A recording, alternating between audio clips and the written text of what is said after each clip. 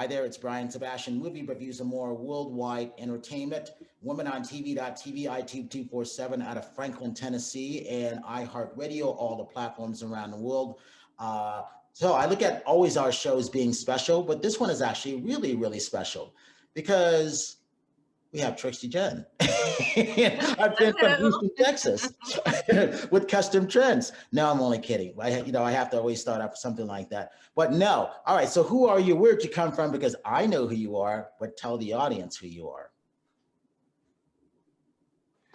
All right, my name is Daniel Shulman. I'm the bass player for the band Halloween Jack. We are putting out a tribute video today to Sylvain Sylvain, the guitar player from the New York Dolls, who unfortunately passed away recently. My buddy Steve Perkins, who plays drums with Jane's Addiction, gave me a call, gave Gilby Clarke a call, who played guitar with Guns N' Roses. We looked for our old singer-guitar player, Eric Dover, but he got lost in Japan on his last tour, so we couldn't find him. So he reached out to Steve Stevens from Billy Idol's band. He agreed to come in. Actually, Sylvain Sylvain was the one who named Steve Stevens, gave him that name back in 1980. We're all big fans of the New York Dolls. We had recorded a few years ago their song Trash, and so we decided it would be a good time to make a video for that and put it out, and that is coming out today. And the fun thing about that, unfortunately, we hate, my heart goes out to everybody. Yesterday was Cloris Leachman.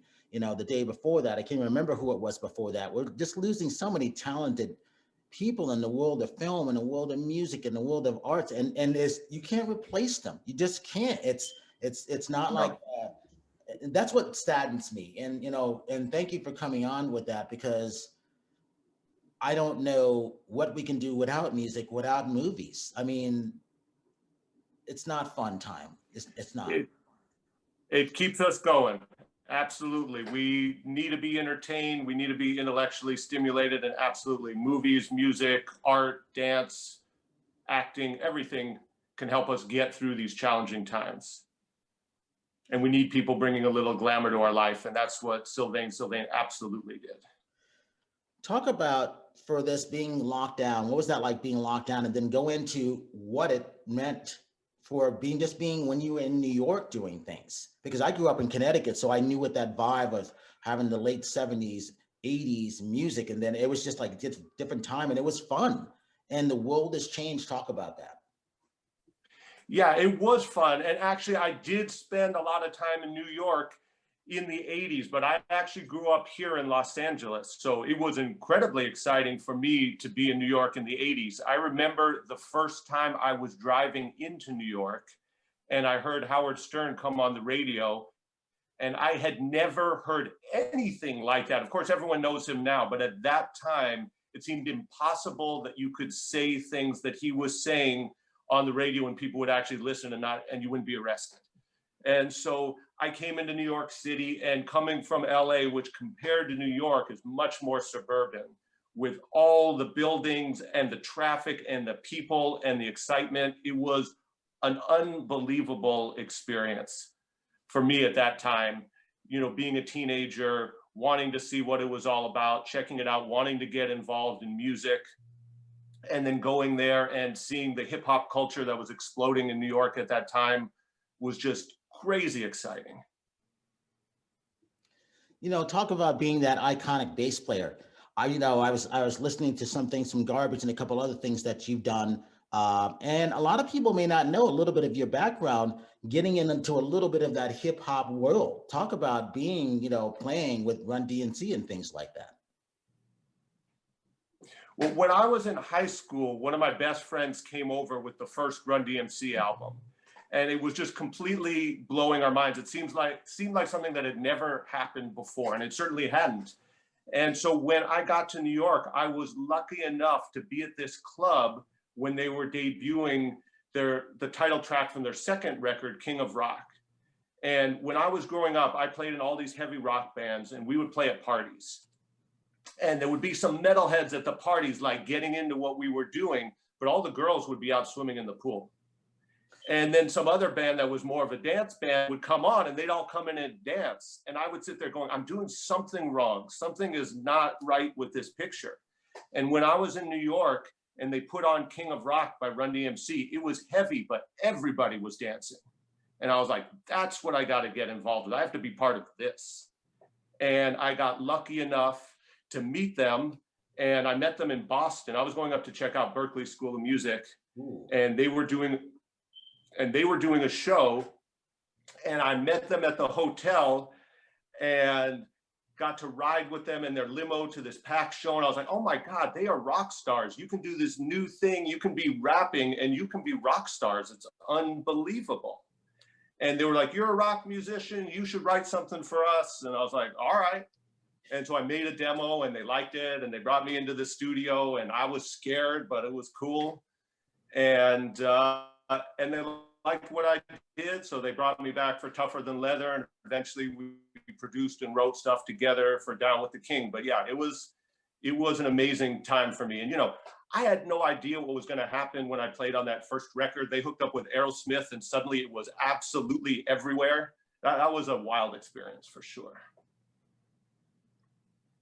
Trixie, I could see you getting ready to say something.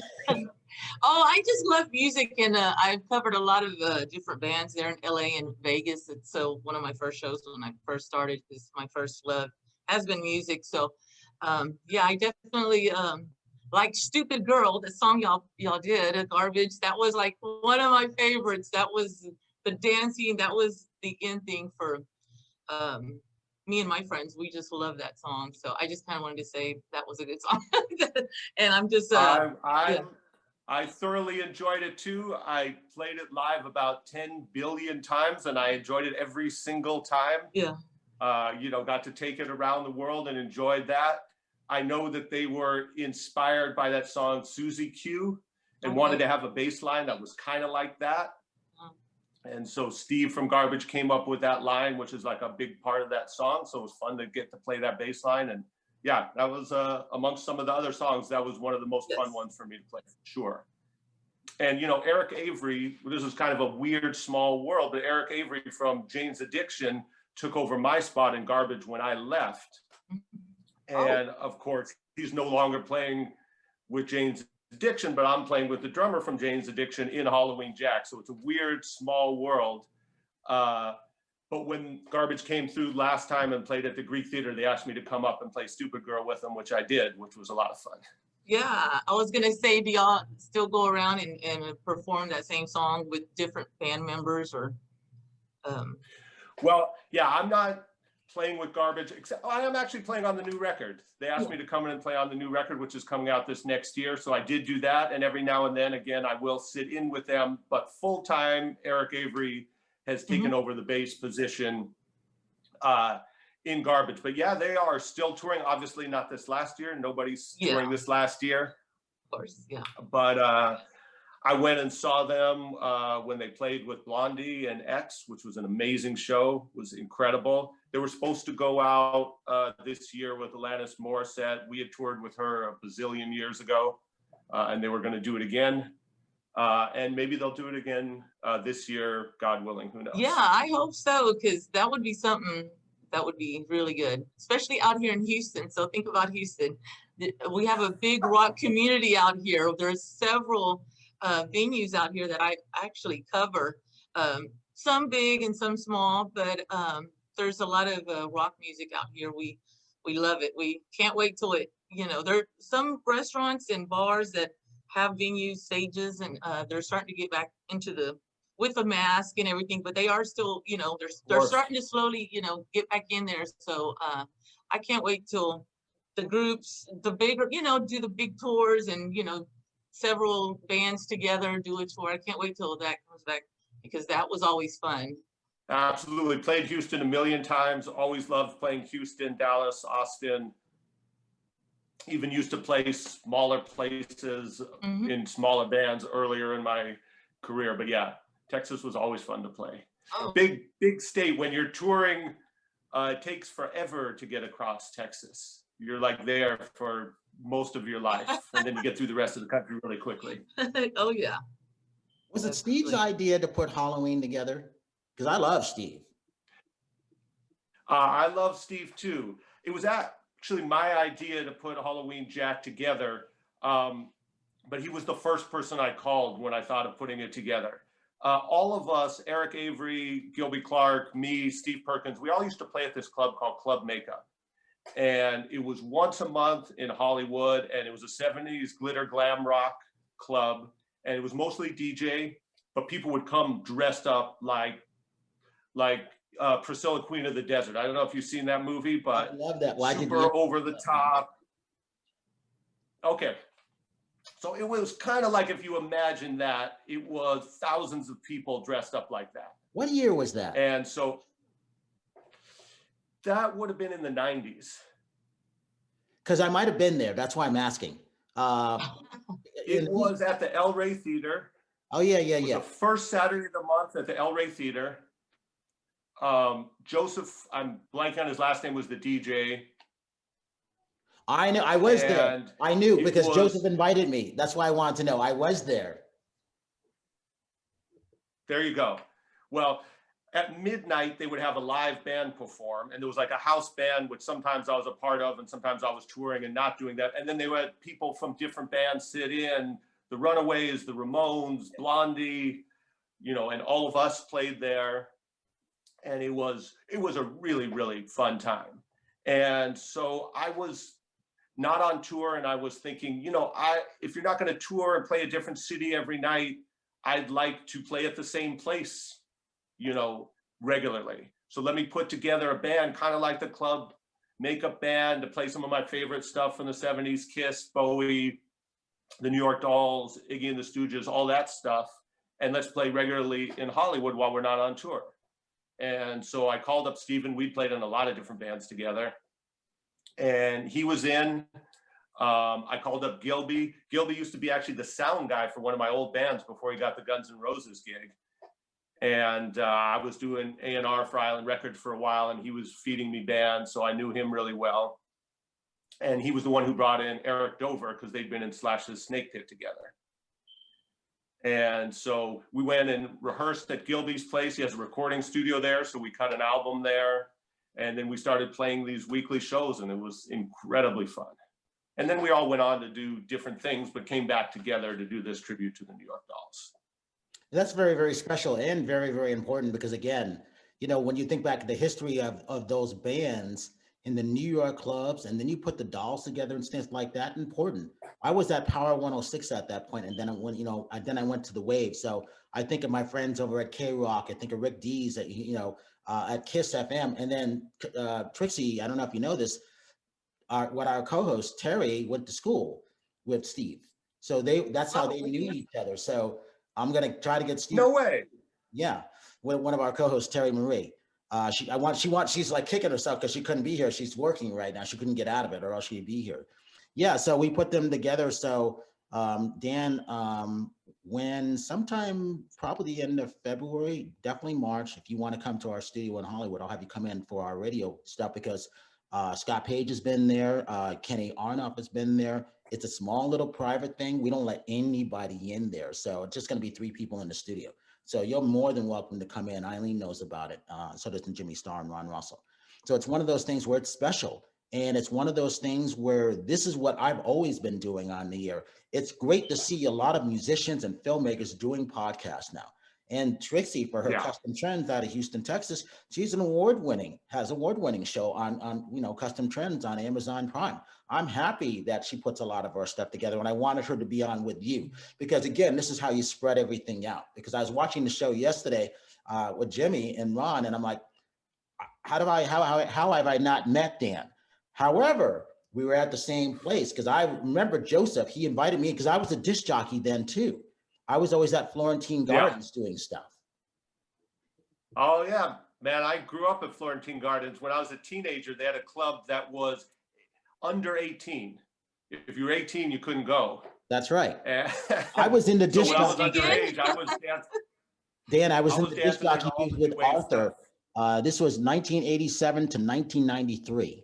I was always upstairs overlooking. So Trixie was 2,000 people there. Marilyn Monroe got married there. Wow. And it's an iconic place because Thursday nights was ladies' night. It was hip hop and classic. So you think of NWA everybody, Ice-T and all those people were huge at that time. They would come. We had the Michael Jackson lookalikes.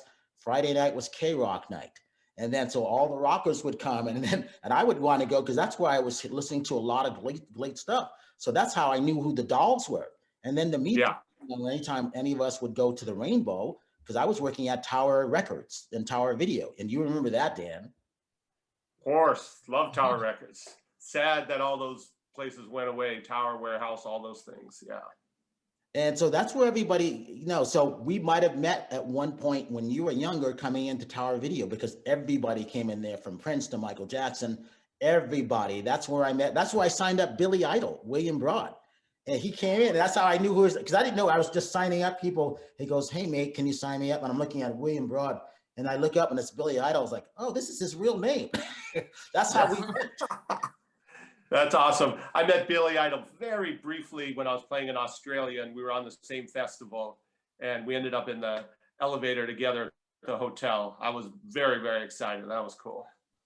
Well, as you know, and I'm sure Trixie knows this, the good thing about the rock and roll, it's a small, tight community, and it's always fun when everybody can play on everybody's other album, or like you said, making that phone call to Steve. You guys were in the same kind of clip. It's great to see where you guys are now, because it just shows growth. And I love that. Talk about that aspect of things. Well, I think that if you're really interested in music and you're not too pigeonholed into one thing, you're hoping to grow and change as time goes on. I think growth is meant to be uncomfortable, and you can stay real safe and comfortable doing one thing over and over again. And there's bands who have done that I really love. Some of my favorite bands, you could say they make the same song 10 times, record after record. AC/DC, the Ramones, unbelievable.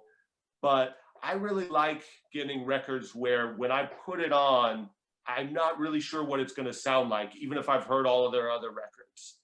I feel like Beck is one of those artists. He might do a folk record. He might do a hip hop sounding record. You don't know what it's going to be like. He's always experimenting and doing things. That's one of the things I loved about Led Zeppelin, is I think every record sounded different, and every song on every record sounded different. You didn't really know what it was going to be like as they went on. And certainly I know, I get it that a lot of people are like, that's the cool music and that other stuff isn't cool. But that's never really been me. If you're making sound, there's usually something I like about it. And so I've always been into checking out as many different things as I can. I've played jazz, I've played classical music, I've played reggae, I've played in funk bands, I've played in heavy metal bands, I've played on hip hop stuff. If you're making music and it's new and different and interesting, I'm into it. I want to be involved. I want to see what's going on. Well, what's interesting is that I didn't know you were in that limousine, heading up to Boston with Run DMC, when bringing back Aerosmith. And a lot of people don't realize this, is that the reason why, as you know, you were there, Run and everybody took that song because they loved it. It was rock. I'm a rock guy. You mentioned Howard Stern. Howard and I were at the same station in Connecticut. That's where I grew up. That's how I came in. That's our relationship. So, when Howard came in to do The Voice, America's Got Talent, that's the first time I had seen him in years, because he doesn't usually travel. I've seen his wife, Beth, before I've seen him. It was one of those things we were talking about, the early days of music, because one thing feeds each other. For me being on Power 106, I was still keeping my ear at what was going on in the rock world, because they do cross over. When I was talking to Gene Simmons, I was talking to him when he was dating Diana Ross. People forget these things. Here's the guy. I have a classic photo with me and him in the family for the family jewels. It's just awesome. The family, and his publicist Stan Rosenfeld at that point. And I'm like, nobody has this photo. And again, so Dan, going back to you, you are always welcome to come on with us. And like I said, I'll make sure I have Eileen say, hey, if Dan wants to come down to the studio, he can come down. We'll have Steve come down if Steve wants to leave the house, because we got it like that. Well, hey, you have my number. You can call me anytime. I will tell you this, speaking about Gene Simmons, we played a show. Well, first of all, the first show that they ever played, putting their makeup back on with the original members, was at the K-Rock Weenie Roast, and Garbage was on that show. So I was super excited, because when I was a kid, my brother went to see Kiss, and I didn't get to go. And so I was just at home, like crying, listening to Alive and Alive 2, imagining him at the show. And then I was on the bill with Kiss, with them getting the whole show back together, which was amazing. And then we happened to be in Chicago with them at the same time. We were playing with the Smashing Pumpkins, and they were doing Tiger Stadium, which was going to be their first show just as Kiss, not on the radio show. And so he came to see us play, and he came backstage, and we were talking to him, and that was cool. And I had him sign this $10 bill. And I am so bummed to this day because I was tired. I was on tour. You know, you're not getting sleep. You're going to a different city every day. And I suddenly realized I spent the $10 bill. That's funny. With his signature on it. I had my black iPod, and Tony Bennett was performing with something for PBS, for TCA, Television Critics Association in Pasadena. And he goes, "Can I sign this for you?" And I'm like thinking, I didn't ask to sign anything. I was just welcoming him in because I was going to see him later. And it was my black iPad, and I had a black Sharpie. And I'm like, I want to say, yes, it's Tony Bennett, but it's a black iPad with a black pen. That's the way it would have come out. And so I'm like, I don't have anything. I don't have a picture of anything. So I was like, wow, this is weird, but it's Tony Bennett, you know? So yeah, it's again, it's fun to get everybody together and the things like that. I was going to ask, I love Madison, Wisconsin. That to me is drum corps world. Drum and bugle corps is my favorite thing. I'm a drum and bugle corps nut. And so when you met Garbage, did you guys get together there, or how did that come about? Because I don't know that story. Okay, yeah, I love Madison too. Garbage, well, Butch Vig, the drummer of Garbage, exploded as a producer because he produced Nirvana, Nevermind, and Smashing Pumpkins and Sonic Youth. So people were excited about him as a producer. And he had played in bands before with Duke Erickson, who's a guitar player from Garbage. And he was partners with Steve Marker, who's the other guitar player in Garbage, in Smart Studios, which was in Madison, Wisconsin. So their manager, Shannon, who later became their manager, was doing a lot of remixes. And so she started sending Butch these remixes like Nine Inch Nails and some rap groups and some other things, and U2, and he was doing these cool remixes, and he would bring in Steve and Duke to work on it with him. So they would take the vocals, you know, Trent Reznor or Bono or whatever, and do their own tracks, creating these new tracks, sampling stuff, looping stuff, doing, you know, sort of hip hop and techno stuff with rock songs. And after doing that for a while, they were like, we should do our own record. We're taking these vocalists of other bands, remixing them and doing these cool sort of modern electronica stuff. We should make our own record. And the original idea was they were going to have a different singer on every song. And it's crazy, but Steve was watching 120 Minutes, the MTV show, in the middle of the night one night. And Shirley was in this band, you know, she was from Scotland. And she was in this band called Angelfish that got played on 120 Minutes one time. And Steve was watching it. He grabbed a VHS, recorded it, played it for the other guys, and they were like, yeah, let's get her to sing on one song. So Angelfish was touring through Madison. They had her come by the studio, and they were like, this is so good, she has to do the whole record. And initially, the idea wasn't to tour. It was just to put out this record. But then they made a video, and they were like, this is fun, we should tour. But they didn't have a bass player. So they started looking for a bass player. And it sort of, I think, worked out for me because I'd played on a lot of rap stuff and rock stuff, and they were doing stuff that had beats that wasn't just a straight rock band. They wanted someone who could play funkier stuff, and I could do that, and someone who could play rock stuff, and I could do that. So they had me fly out to Madison, and I think it was more about us all just getting along necessarily than only the playing. You know, we hung out one night. We had a similar self-depreciating humor and could kind of make fun of ourselves. And at the time, everyone was drinking a lot, and we bonded on that. I'm sober now, God bless. But at the time, it was a little off the chain, and that was fun too. And, you know, they initially said, hey, you want to come on tour with us for 6 weeks? And I said, sure. They had no idea the album was going to blow up, you know, and sell 4 million records. So we started the 6-week tour, came home a year and a half later after touring the entire world and the record blowing up.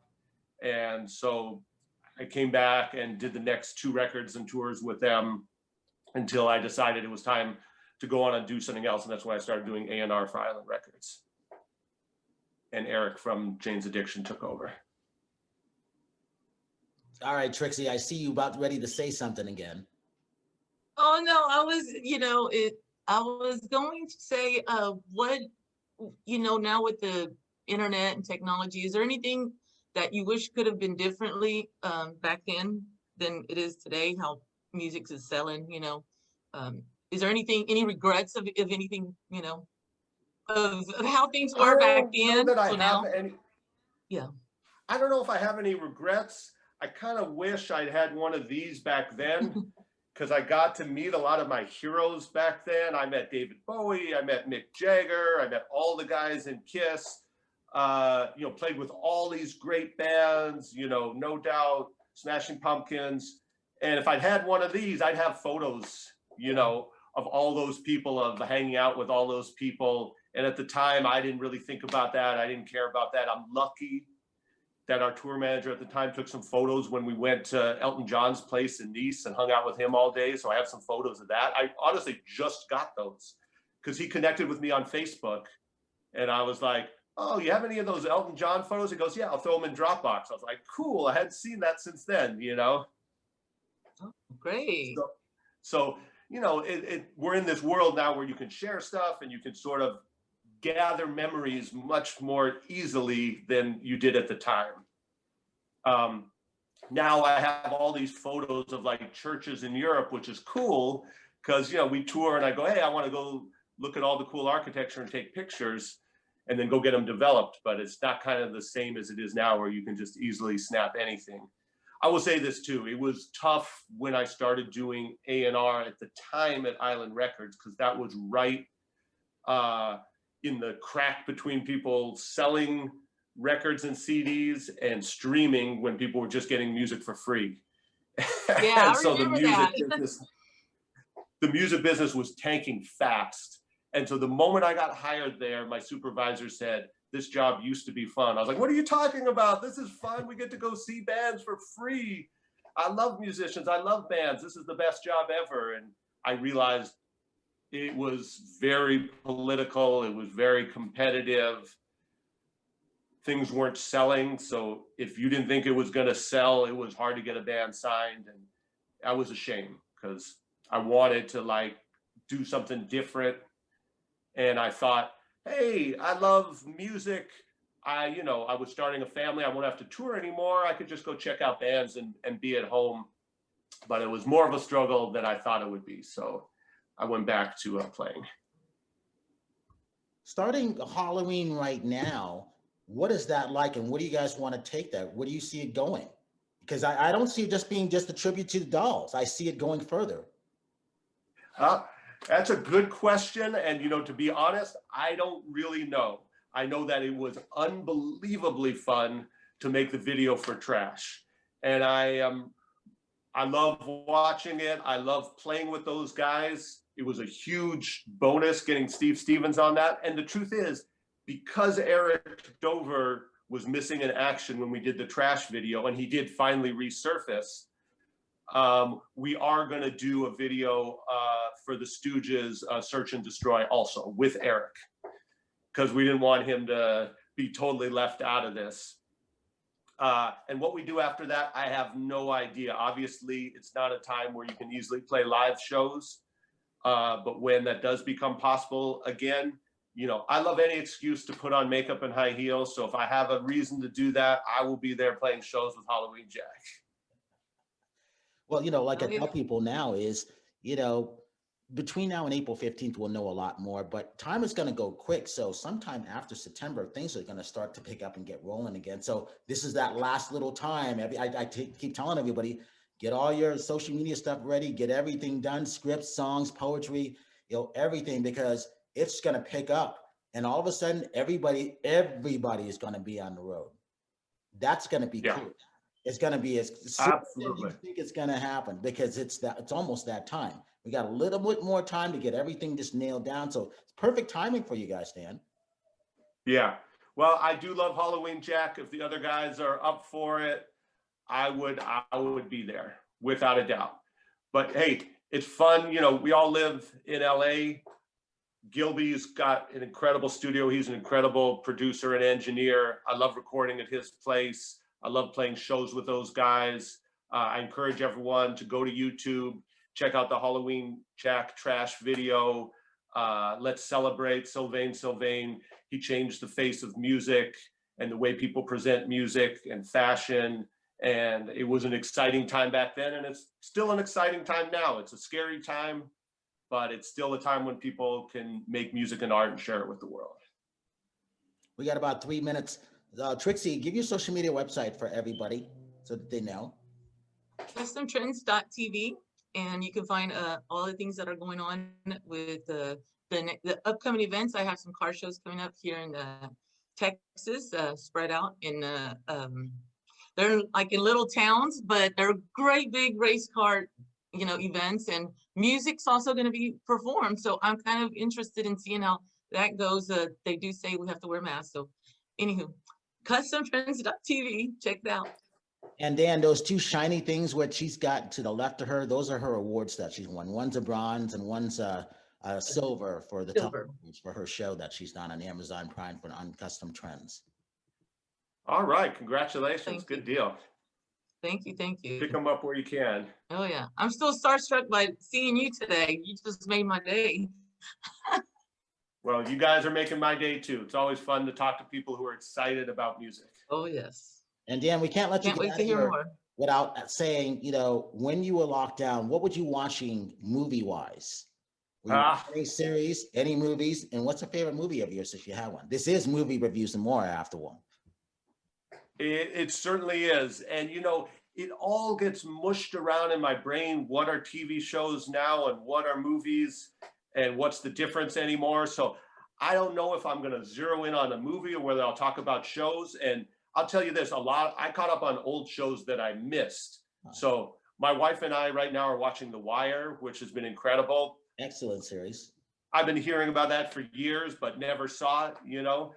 I think we got lucky in this respect is that we were so behind in things that we don't have to wait in between seasons. Like we watched Game of Thrones really fast.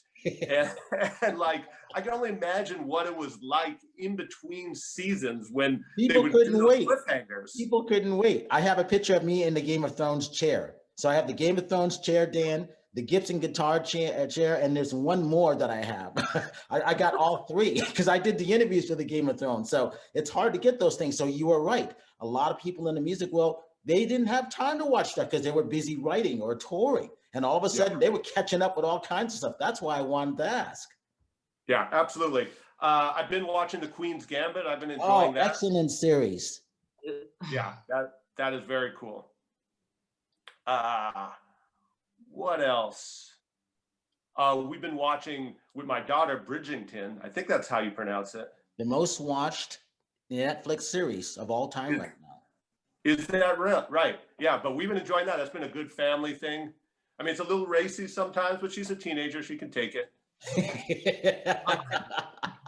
Hey, Dan, I want to thank you for coming on Movie Reviews and More, and obviously Trixie from Custom Trends, because she creates everything on our site. So I can only imagine what's going on in her brain and what she's going to do to put this together. I can see it rolling. That's why I'm asking you questions.